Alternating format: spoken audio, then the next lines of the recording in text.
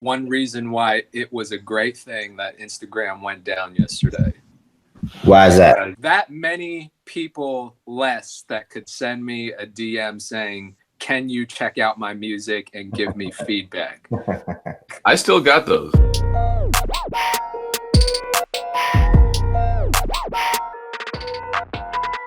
What's going down? I am DJ Payne One. I'm joined by Kato on the track and Dame Ritter, and this is the Music Entrepreneur Club podcast, episode 3, No Holds Barred, Music Entrepreneurship.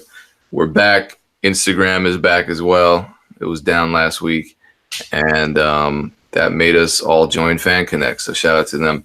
I might as well plug it since you mentioned it. Because I think it is a good time to promote the importance of text marketing, whether you use Fan Connect or Superphone, whatever. I think Instagram going down just should show you that you do not own the communication between you and your fans.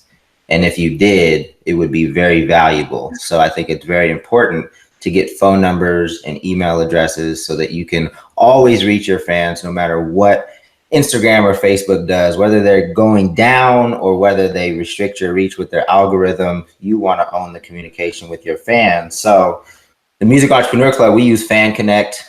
And if you text SMART to 844-206-7800, then you'll get a link to a free trial. So I might as well plug that really quick. But it is important because we did see that Instagram went down. It made it very difficult. It makes some people panic. I think that's weird.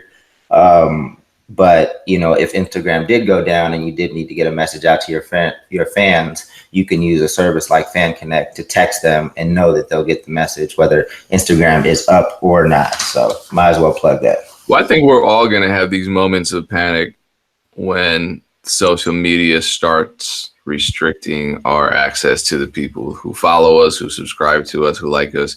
I mean, we went through it with Facebook. Right. Tell me you didn't go through that with Funk Volume, Dan. Yeah, no, for sure. I mean, I think one of the ways that Funk Volume grew to what it grew to is because of Facebook. But early days of Facebook, we were early adopters and it didn't have as restrictive of a reach. So growing a fan page at that time wasn't as difficult as it is now. It's still possible to do, but given that the algorithm has gone through some changes and it's more restrictive and they want you to pay for posts, it's difficult. So, I think that also highlights another point. When there is a new social media platform that you think is going to gain traction, it's always better to be an early adopter because it's going to be less competitive and easier to gain traction on that platform. So I think that's another thing to note going forward. Can I tell you one reason why it was a great thing that Instagram went down yesterday? Why is that? That many people less that could send me a DM saying, "Can you check out my music and give me feedback?" I still got those. I still got them too. But I think Instagram going down meant something different for everybody. It seemed like some people were still able to post. It was weird. So I didn't know exactly what was happening. Yeah, I didn't know either. I just saw that some of my posts weren't like loading, but I don't know if it restricted DMs or not. What's up with that? Like, why do artists do that? Like, why do they insist? Because I remember, Payne, you were probably the same way, but my way of getting feedback from people when I was still developing my craft, like still working on my music, was just like putting it out and posting it and seeing what people thought about it. Yeah. I never like reached out individually to people, especially people that I looked up to. Like, I never reached out to them directly to be like, "Yo, can you listen to my music? What do you think?" Whether it was for validation or an ego stroke, or whether I really wanted to get constructive criticism back on my music, I just felt like the best way to do that was to put it out, see what people think. And today it's easier than ever because you can post it on Instagram, and whether 5 people or 100 people comment on it, you'll get some sort of feedback, So Well, I think for you, obviously you get feedback, you have a platform, but I think for people that don't have a platform, that's why they reach out individually, because it's free, they have access to it. And I gotta admit, early days Funk Volume, when we had MySpace, we used something called Friend Blaster, and it automated I remember. it automated those. They weren't called direct messages at the time, but it automated those messages to people, and we used that. And was it successful? I can't say that it was super successful, but I know that we did get responses and we did get additional friends from it. So I can't say it was completely wasted effort, and it was automated, so it wasn't that hard to do. So I can't necessarily fault people for doing it now, because we did something very similar, if not the same thing. I mean, that was like 15 years ago, though. Yeah, and it was a little newer, and maybe there were less people taking advantage of it. But still, I guess I would be a hypocrite. I understand why they do it, right? Because they don't have pain, they don't have your platform, they don't. So when they release music and just post it on their page, it's probably just to a few friends, and nobody's really giving them real feedback. And ultimately, you know, Kato, I think this is kind of on you, because you're promoting an artist right now that you said you found. I forget how you found them on but Instagram, through the DMs, and I understand that, but it's like it's like what I feel like most people are hoping that they'll get discovered, or I'll listen to them and be like, holy shit, this is amazing, let me sign you, let me put you on. And well, you did that with 30 and you're promoting it, so why are you shocked that other people aren't won't do the same? Okay, we can talk about me, because I've never in my life said I've discovered anybody. Kato's more of the, like I said, he's the guy that posts up at the Wendy's and just listens to demos all day. I'm the guy, I have a reputation of being a jerk, an asshole, this and that. I'm so mean. And it's precisely because I don't want people sending me that stuff. I still get it 100 times a day. Obviously, these aren't people who look up to me or support me or even know who I am. Because if they did, they'd know, hey, Pain One doesn't put artists on. He just makes music. He's an artist too. So, the MySpace days are dead. It just seems like a lot of people are going off of information from 30 years ago, 40 years ago in the music business to inform their current strategies. Everything from sending DMs saying, hey, check out my music, to trying to impress the A&Rs who really aren't doing much. I mean, if you don't have fans, no one cares. But can we talk about how boring some of these messages are? I get, all right, Soulja Boy did it 15 years ago. He tricked people on the file sharing services into downloading his music. He was the only one doing that. He's the only one it worked for, because after he used that technique, it was dead. All right, shout out to him for being an innovator. But that was so long ago. You can't possibly think that the stuff Soulja Boy did when he was a kid is going to work for you today. But they're still going strong, And it's, man, when I check my DMs, I'm like, it's not just the fact that you're sending me 5 links at once. It's that you don't have anything interesting to say. It's just like 5 links. Please support. Bro, no one wants to hear that. Please support. You're a grown adult talking about please support. Well, I think it's just they don't know what to do or say. They just have access to something for free, and they want to use it. So I think that's where, hopefully this podcast comes into play. Hopefully the Music Entrepreneur Club comes into play. It's like, it's not that you can't reach out to people. It's how you should do it and when you should do it. And letting them know that hundreds of, or maybe thousands of people are doing the same thing. Maybe they don't know that. Maybe they think that when they send you a message, they are the only one sending you that message, and you letting them know, like, no, I'm actually getting 100 of these a day, is kind of an awakening for them, and maybe they'll change their strategy. Oh, I let them know sometimes, and then they just cuss me out and go on Twitter and say I shouldn't even be verified. Here's my top 3 tips. Number 1 is, if you are like still super new and super green to making music and being in the music industry, and you have like 15 posts on your Instagram page and none of them are of you actually doing anything related to music, then that's the first thing. Like, don't do it. Number two is, I would say, is like personalize it, right? Like, let that person know that you're familiar with what they do. Let them know that you've been following them, that you're a fan. Even like comment on my latest post or tell me something that gives me some sort of indication that you are familiar with who I am and what I do and my history. And then the last thing I would say is just keep it short and concise. I get so many DMs from people asking for feedback, and they tell me their whole fucking life story before they attach a link, a SoundCloud link at the very bottom. And it's like, I don't even have time to read that. So I'm definitely not going to get to that link. I think those three things are important. I think the research stuff is key because, we're sharing a lot of stuff about ourselves on social media.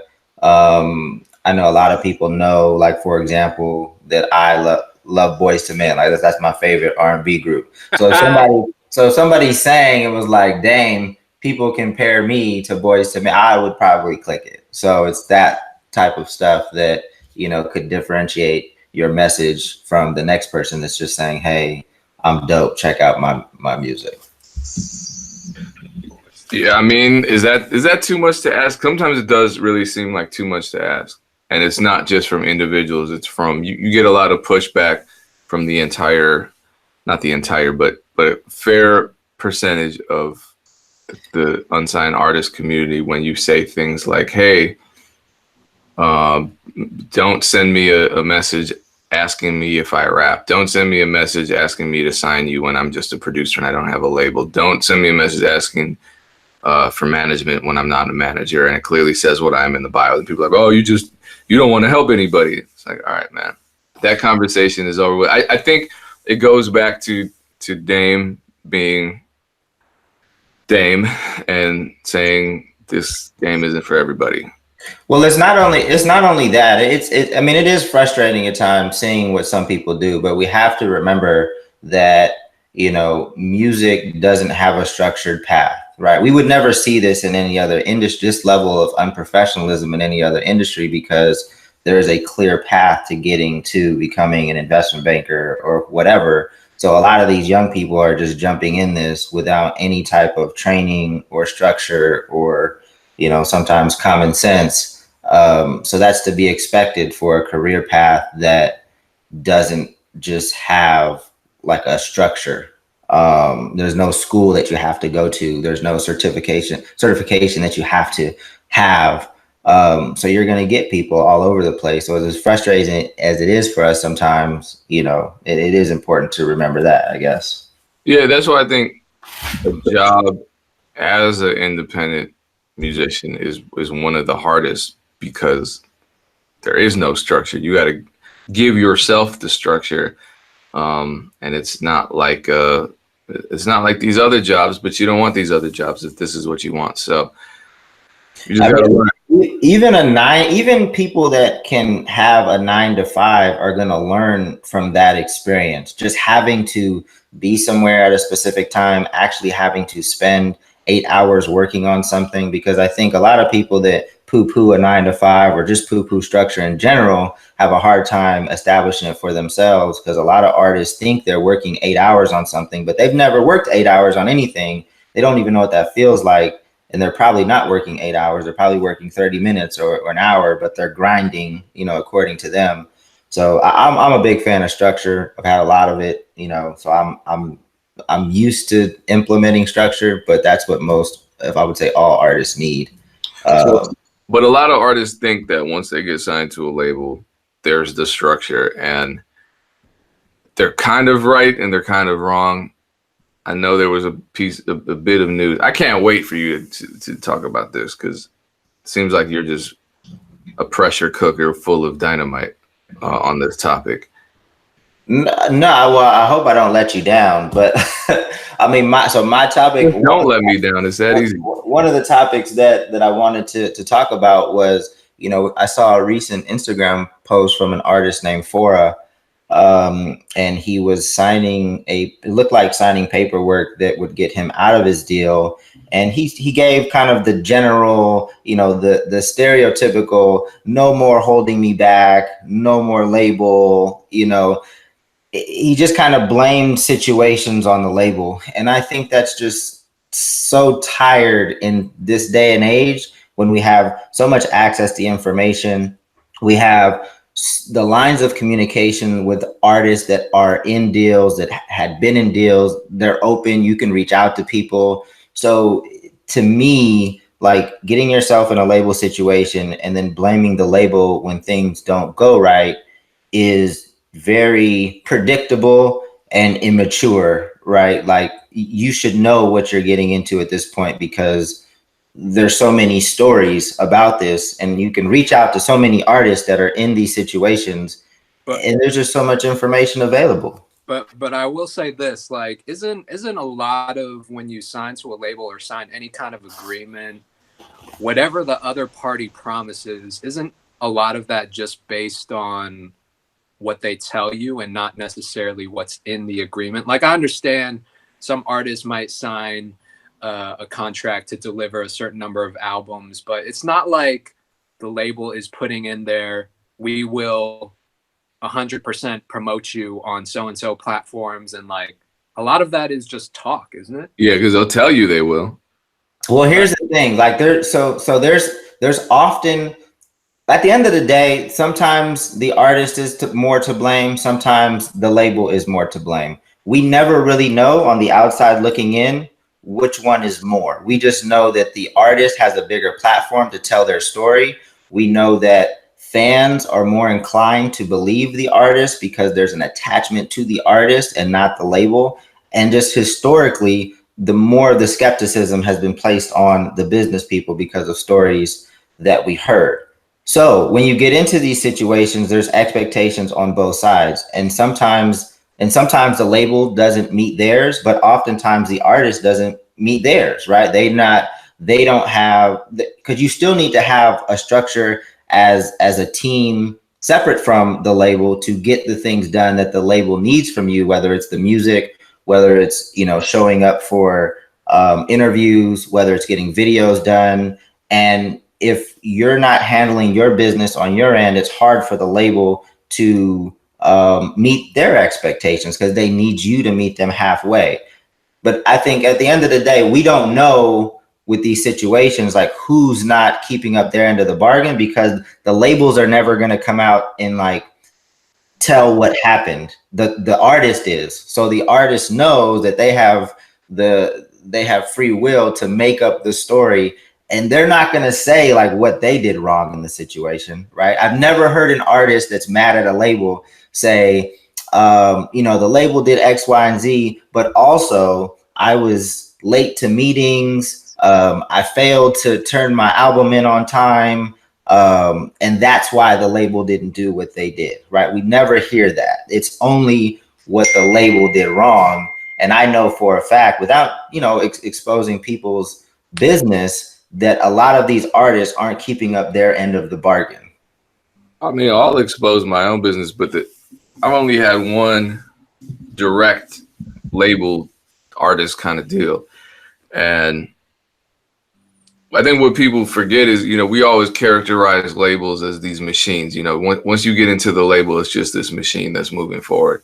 The label's not a machine. The label's a bunch of people sitting around in an office working. And if you've ever worked in an office job, you've been annoyed at your employees. They drop the ball. Their communication is trash. They screw up. And they'll screw up your project just the same way HR screws up your check every now and then at your 9 to 5. You know what I mean? So for me and my situation, I only have one. I mean, one experience directly with the label, with the artists under me as kind of a production deal, license deal sort of situation. Kind of non-traditional, but good. So I'm not going to make a video complaining about the label or anything, but I will say that the things that were promised on the contract and outside of the contract were not fulfilled on the label's end. And that was incredibly frustrating to me because I'm I mean, you know my work ethic, and I'm invested in making this project happen. And when the label is vague, when the label is behind schedule, not by a week, not by 2 weeks, by months, Yeah. and now I'm giving artists some credit. I mean, there are artists I know personally who have label issues, and I think, nah, but your communication is terrible. You're always late to stuff. I understand. It's probably a combination of the label getting sick of you messing up and you expecting too much from them. But from firsthand experience, and this is what I mean, it's so frustrating because when I was in that situation and the label set a release date on our project, and then that release date comes and I don't hear from them and there's no rollout. And then a month later, still nothing. And their communication is trash and they're not giving me a date. They just tell me, oh, yeah, no, don't worry, it's coming. And I'm communicating directly with the staff in charge of my project. What is my recourse? I mean, yeah, it's on contract. I'm not going to sue them, obviously. That's too much damn money. But I'll end up spending twice the advance they gave me just taking them to court. So what does an artist do but get incredibly frustrated? Well, I mean, I think every case is different, and obviously, maybe in your situation, the label did, not fulfill their end of the bargain. And I've seen the comments from our last podcast and be like, Dame is the champion for the labels, and I only do that because we never hear from the labels, and a lot of times it's not the label's fault, and I've seen that, and I've seen artists go to social media, even when it's not the label's fault, to kind of conjure up some support for them. And to me, it's actually kind of sick and twisted. But you need to know when you sign, there's a building that you need to get excited, right? The people that signed you directly aren't probably going to be like the day-to-day project managers. They might be higher level people, right? And these day-to-day project managers may not know you from a can of paint. So it's your job to get the building excited, right? Because you're going to be working with different departments, maybe in marketing or PR, or there's a lot of other people that are probably going to be responsible for having a hand in your project. And you want them just as excited as the people that brought you in the building. So understanding that, you need to make your rounds and you need to remember names and you need to know the people that are in all these meetings and open up those lines of communication with them if you really want, the full support. And sometimes it's not there. There's a lot of different moving pieces. So, and I think I talked about it in an Instagram post, just understanding that when you sign to a label, that's not really where the work stops. It's where the work should be starting. And it's very challenging, but you need to understand those different dynamics. And when they aren't understood, that's when, it ends badly and you go onto social media for you to complain about the label. I will say this, though. I think there is something to be said when you see an artist that signs to a label and they do not release music for a long period of time. I think there's probably some indication that there's like a barrier that's preventing them from just throwing out music. Because I know he has other stuff going on, but he's a music artist, and I haven't really, ever since that label situation happened, I haven't really heard any new music from him. Well, I can't tell you why that is, but I can tell you that the project that he did release through them sold 150,000 units, and he's never done that before. So the label did something right, and they helped him out in some kind of way. But I think that's a conversation that needs to be had. If you're an independent artist that's talking with a major and you're used to putting out music all the time, that should be a conversation that needs to be had before you sign. Like, look, how often am I going to be able to put out music? What's my release schedule going to be like? Because this has been working for me. How can you, just support the structure and the schedule of music that I have always been putting out? Because I want to continue to do that. But what if they lie? What do you mean, what if they lie? What if they tell you, here's the schedule, and then that doesn't actually end up being the schedule? I mean, put it in the contract. But like I said, you had a very unique situation, right? You were signed to Warner International or something. So it's It hard. wasn't Warner, but I'm glad you got it wrong. Or like you were signed to like the international arm of a label here. But I have also worked with a lot of artists, and I can remember one instance in particular where this artist had signed to a well-known record label, and he kind of had a similar situation where number one, I feel like a lot of people at the label come from like not necessarily the music industry. So it's kind of crazy when you meet people at these music labels and they really have no background in anything related to music. They might just have a particular skill set that's good for that job. And so that's one thing I'll say is some people are just not qualified to work at these labels. Number two, they blocked him from releasing music whenever he wanted to. So he hasn't released any new original music in God knows how long. Was that a conversation that he had prior to signing? Did they say, hey, you would be able to release music, and then they switched their tone when he signed? I don't know personally. Maybe not. I wasn't in that conversation, but I know when the time came for him to, start releasing music to build up hype for the album or whatever, they wouldn't let him do it. So that's been a challenge. To me, it's something that you should be mindful before you sign. The other thing I would say, and this goes back to another Instagram post we made not too long ago, highlighting the Rolling Stone article that, over 600 artists were signed last year. So there are going to be disgruntled artists because we just can't imagine that 600 artists are going to have all of their needs met. It's going to be the people that have the dopest music and are prepared and have a team ready for these opportunities, because they're going to have to kind of groom themselves. Like there's no way that labels are going to be able to support 600 artists in the capacity that they think that they need to be supported. So I anticipate a lot of these stories in the coming future, because labels are just, signing people left and right. So I anticipate hearing more and more about how labels suck within the next year. Yeah, but you know what? That's their fault. All right, I understand. We went off about artists the last time, talking about how artists mess up from a managerial perspective, and I think managers deal with the worst of an artist, and I'd love for them to speak up more, because that tells a different story. That tells a story of maybe a counter narrative to what we're hearing about artists always being the victim. And they're not. Hell no, they're not always the victim, and they're not always being victimized by the label or the management. And a lot of people lump the label and the management together. And then the Illuminati conspiracies coming, and they got handlers and all this stuff. It's like, nah, they're just acting crazy. But with the label, it's just, to me, in the entertainment industry, period, whether it's music, whether it's sports, when you put it like this, it's so weird. It's the weirdest industry to be in.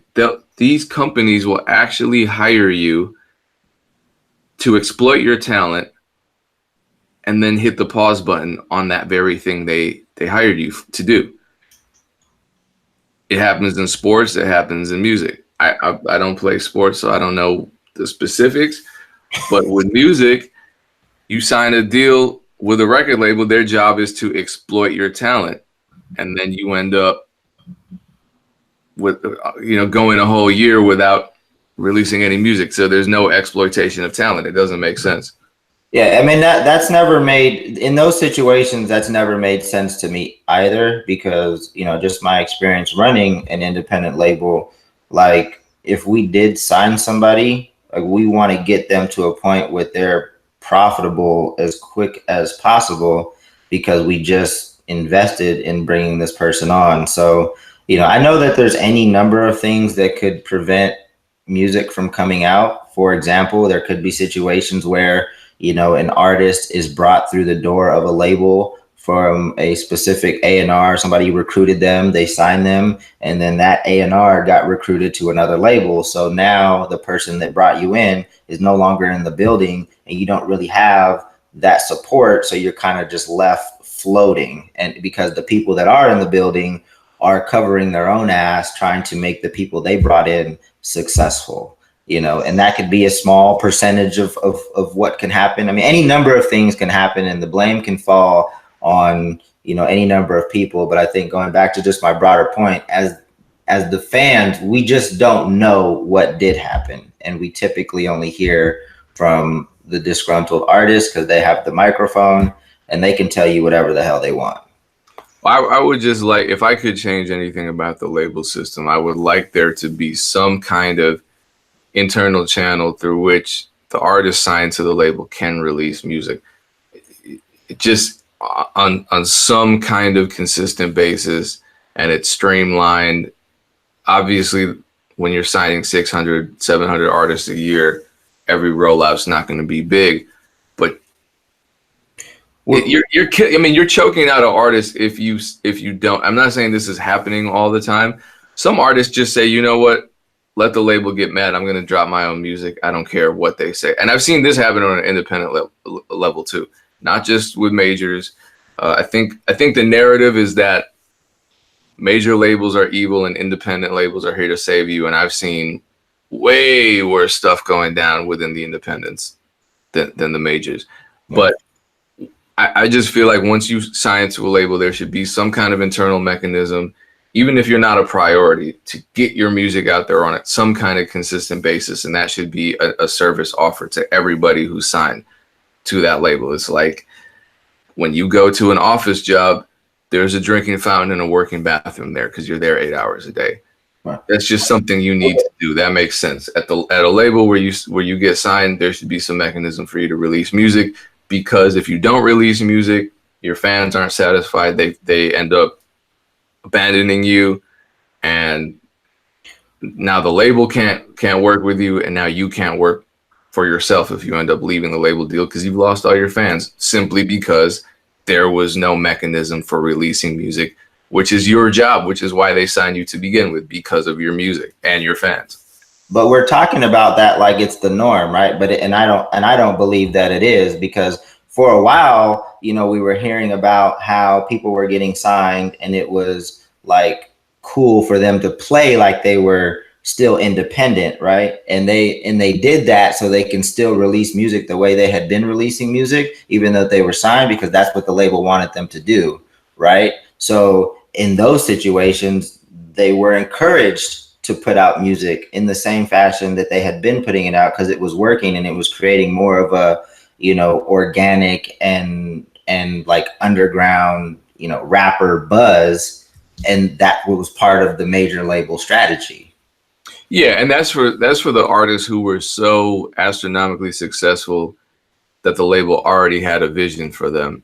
I don't think that's the norm either.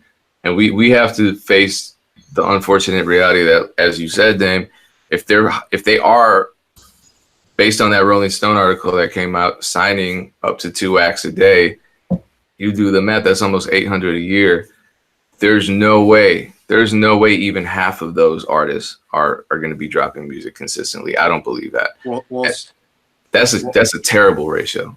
Speaking of releasing music, so I got the notice in my email yesterday that that Spotify cut off their, what is it called, like their direct upload service or whatever they started like a year ago, where artists can just upload music directly to their platform. Apparently they shut that down, so it wasn't going very well, I guess, because most people are just distributing their music through aggregators, right? Well, I don't know for sure why they did. I think I think it was probably a more overwhelming task than they thought it would be. Because originally, like, the number was 20,000 songs being uploaded a day, but I guess the recent number is 40,000. Yeah.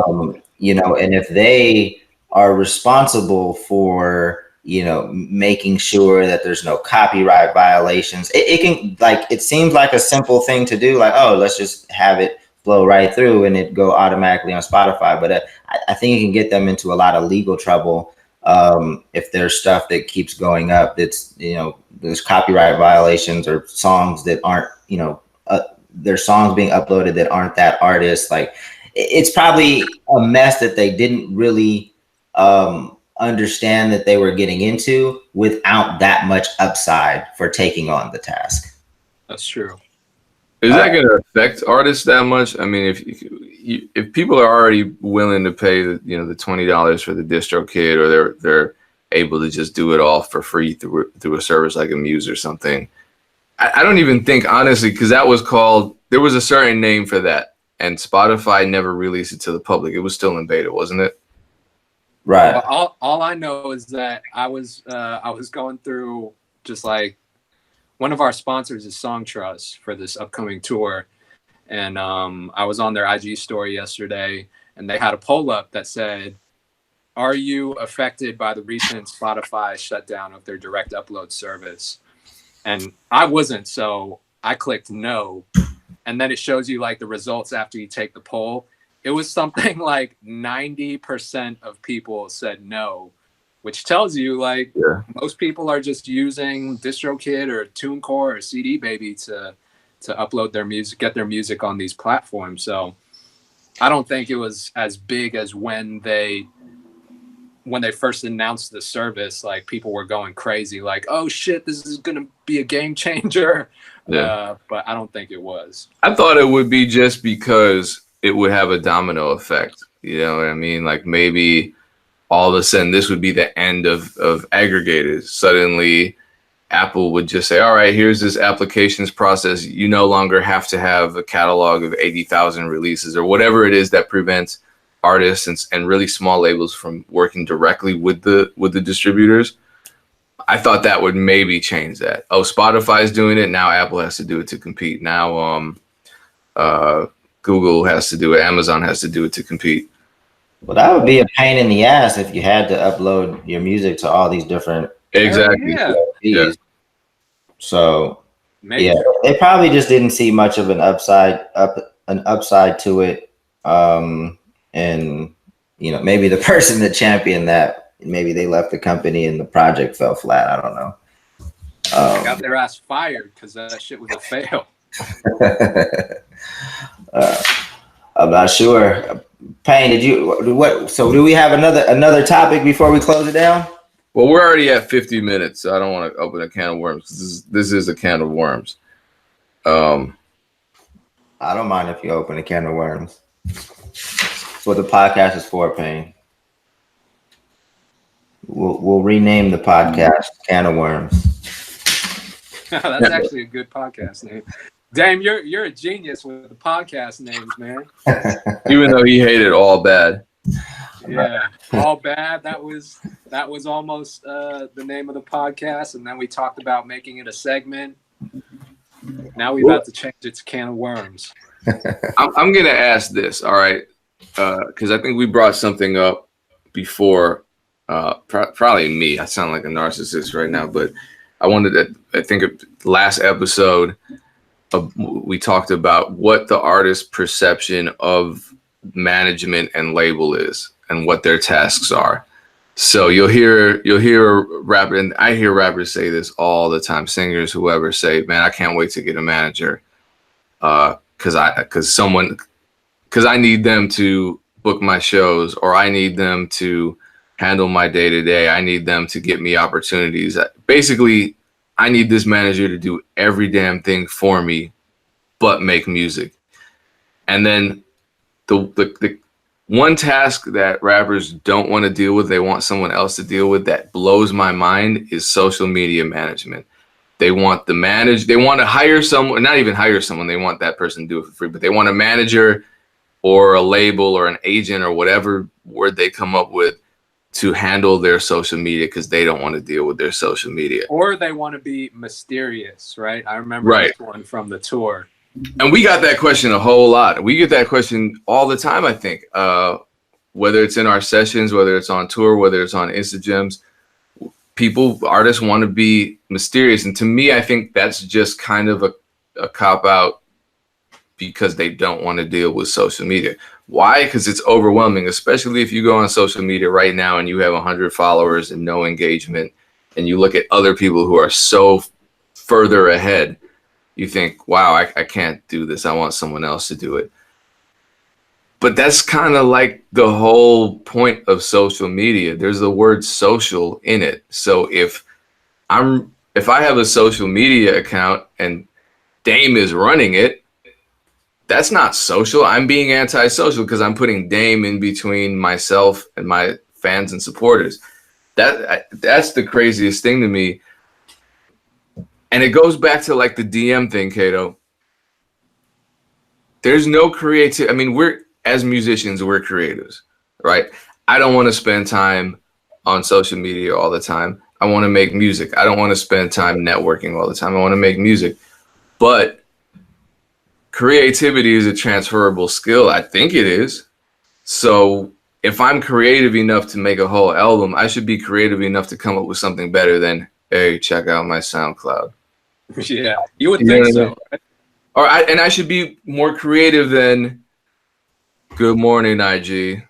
I think it's definitely because, I didn't come out the gate being amazing at social media. It took me a really long time. Yeah, tell me about the boring ass beat making videos. I used to do some real stupid stuff on social media. So yeah, exactly. It's good to admit to that. Dane can tell you some of my shit that I sent him early on. Just like, yo, can y'all promote this on the Funk Volume channels? And I would send him the most boring shit that you could ever watch. And I thought the shit was fire. He basically just sent a video of him making a beat. He didn't really say anything. He didn't even really look at the camera. And I was like, bro, you can't post this because nobody wants to watch this. You have to engage. You have to, have some personality here. Yeah, and I didn't understand that. But after years and years of practice, it's just like anything else, man. Like if you wanna lose weight or be more healthy, like you're not gonna achieve that just going to the gym once or twice. It's like a lifestyle change, you gotta make it a habit, you gotta make it routine. And so me over the years, just practicing that skill and that creative muscle, because I do think it is a different sort of creativity than making music. And I would say most artists and producers are kind of recluses. They probably don't talk to a lot of people anyway, so they don't understand how to engage with people. But I think if you practice, it's definitely a learnable skill. Yeah, that's actually why I get a little sensitive around it when people say, if an artist says something to me like, well, you're not a creative, right? I think you don't have to make music to be I feel like I am very creative. Like I come up with a lot of ideas. Like can of worms. What'd you say? Like can of worms. Yeah, well, you made that up. I just stamped it. But I come up with a lot of ideas, whether it's, business strategies, marketing ideas, new ideas for businesses. Like, we can sit down and have a brainstorming session about anything, names of things. Like, so, I don't know if it's a different muscle or whatever, but it's not just artists that are creative. I mean, even if you cook, I feel like you're creative. Like if you're a good cook and you're mixing different ingredients and you're not going by the recipe, but you're making something that's super bomb, like we all can be creative in our own ways. But when artists don't want to do social media, I think it's just, them being lazy or them being intimidated or them knowing that it's going to take a while and they don't want to climb that big hill because it's going to take some trial and error to know how to communicate your story on social media in a way that catches people's attention. It's a tough thing to do. It's hard to get momentum. Yeah, I think all of us had to go through that. My last conversation with Curtis King, we touched on that, and that was kind of the implied apprehension that we both had when kind of returning to YouTube. He's obviously since kind of abandoned YouTube. I'm still clinging to the sinking ship a little bit, but it's putting out content that's engaging and and doing it at a consistent level, it's difficult. It's a lot of work, but you literally look at everybody who's successful and you see that virtually all of them are doing that. So what do you do? Do you work a little harder, or do you just say, yeah, no, I'm just going to keep doing what I'm doing, which hasn't been working for me in the past, but trust me, it's going to work tomorrow. It's going to work next year. I think it takes a certain amount of self-awareness too, right? Because if you can't understand what people are going to like or want to see, then you're never going to get good at social media. If you're just one of those artists that are just always stuck in your own world and your own mind about what people like, because there's a lot of artists and producers I see that just post self-promotional bullshit all day on their timelines, like flyers for shit that they have coming up, or shit that people just would not be interested in. I think that's a lack of self-awareness. It's a lack of perspective. You're not putting yourself in the perspective of somebody who Right. could be a fan of yours, who could be a supporter of yours. I mean, you got to figure, at its most basic level, music is, and all art is, just a connection between humans. So if that's something that you don't actually want to delve into, if you just want to make the music minus the humanity part, you just kind of mentally defeated yourself. Well, for now, it's a connection between humans, but there's AI that's making music that might be replacing both artists and producers. I've heard the AI generated melodies and all that. They're trash right now. I mean, it might be better soon, but yeah, you hear people, man, I don't know, Payne. They're about to replace you with this AI generator, and that AI generator is trash. Before we close it down, man, I do have to shout out Damien Tragedy James, who sent me this merch. He actually sent Kato a shirt too. Send Payne one. They're personalized, as you can see. They got my name on it, and it actually reminds me of like the best piece of merchandise that Funk Volume ever put out were these personalized basketball jerseys. People really loved them. Like people ordered them, and then we would put their name on it. They're really high quality basketball jerseys. So I thought, the shirt's cool, but I think that the added, personalization on the sleeve, I think is something cool. And I think, for people that are putting out merch, to personalize it for their fans, I think would go a long way. So shout out Damien Tragedy James for sending us the merch. Shout out to the Dame Gang. I'm gonna have to check the PO box. He said he sent me one. No, he sent it to me. I just didn't send it to you because I got something like that.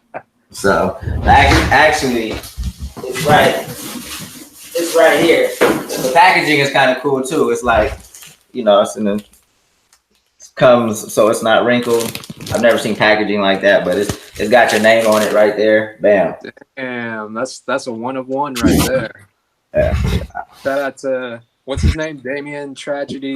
Goes by Tragedy from Arizona. We met him in Arizona. He came to the MEC tour. So I guess a good time to plug the tour as well. If you're on the East Coast, the MEC tour is coming your way from August 4th to August 11th. We'll be in Atlanta, DC, Philly, Boston, and New York. Get your tickets at mectour.com. And don't make the mistake of bringing merchandise for only 2 of the MEC. He's not getting free beats anytime soon from me. Shout out to everybody that tuned in. Appreciate you. We're on episode 3. Never thought we'd make it this far. Let's see what happens between now and episode 4. Much love. Peace, everyone. Peace.